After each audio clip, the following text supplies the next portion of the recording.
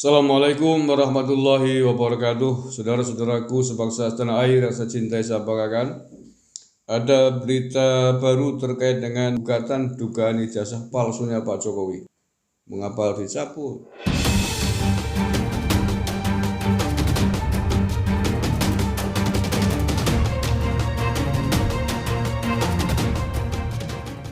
Jangan main-main, telah menuduh orang mengajukan gugatan ke pengadilan sudah sampai sidang dilakukan.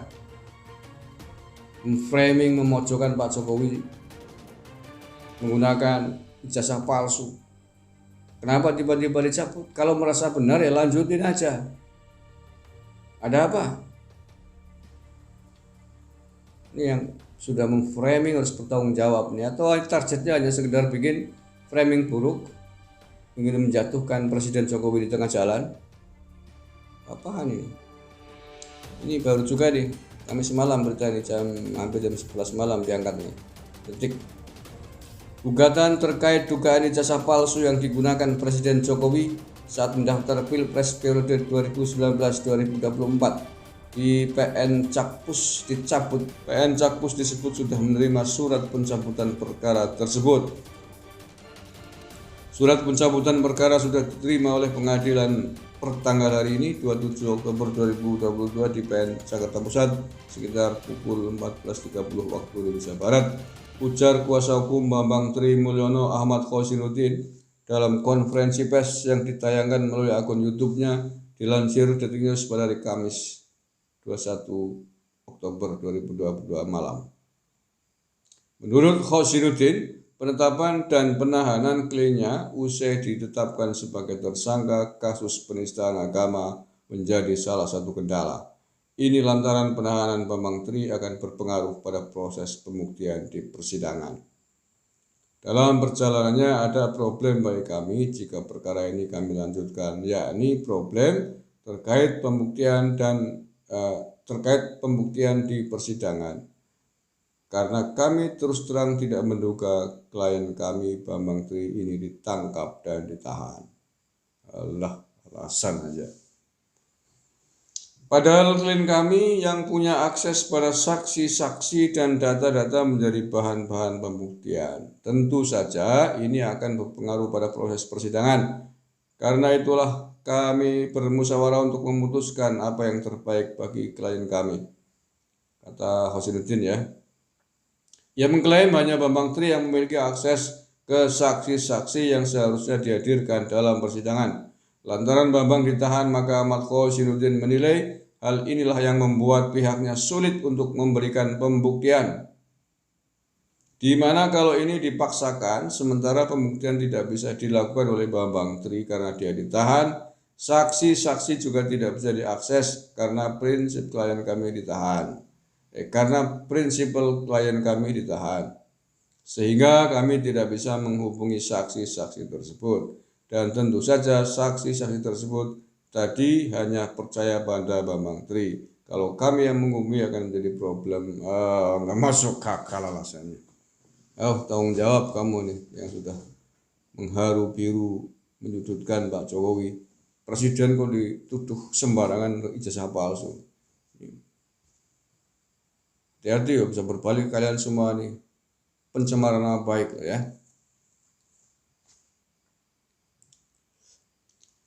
Dengan mempertimbangkan kondisi tersebut, Ahmad Khosinuddin mengatakan pihaknya mengambil opsi untuk mencabut perkara. Ahmad Khosinuddin menilai dengan dicabutnya perkara tersebut maka kasus akan ditutup dan dianggap tidak ada. Ngeper juga ya kalian ya. Ya kalau merasa benar ngapain takut, ngapain ngeper, lanjut aja ya. Egy Sujana itu yang kemarin mengancam di pengadilan yang pertama itu, katanya kalau Pak Jokowi tidak hadir dalam persidangan berikutnya, mengancam akan mengerahkan mengancam dengan pengadilan rakyat agar rakyat mengadili Pak Jokowi. Maksudnya apa? Egy, maksudnya pengadilan rakyat itu pengadilan seperti apa? Ini jangan-jangan gara-gara provokasimu ini kemarin ada wanita bercadar yang berusaha terobos ke istana bawa pistol ini. Jangan-jangan gara-gara itu termakan oleh provokasimu. Ini saya kira kasus sudah di blow up habis-habisan terkait dengan tuduhan Pak Jokowi jasanya palsu ini. Apakah kemudian akan dianggap selesai dampak buruknya bersama dengan dicabutnya laporannya Bambang Tri oleh para pengacaranya ini? Monggo yang berkepentingan, pihak-pihak istana, mungkin polisi dan lain sebagainya bisa menganalisa kasus ini.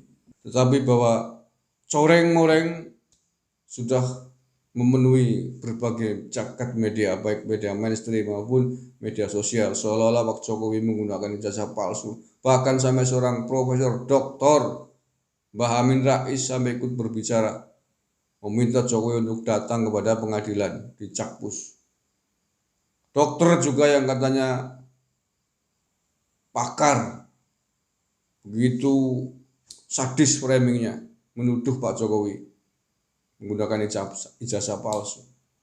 Ini masyarakat yang kecil di bawahan.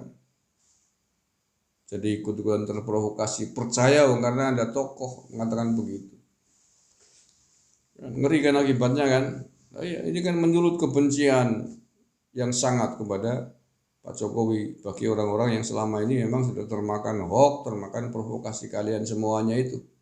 Saya jadi curiga jangan-jangan Pak Jokowi ditekan, diminta untuk datang ke PN Jakpus itu jangan-jangan bukan untuk menunjukkan ijazahnya.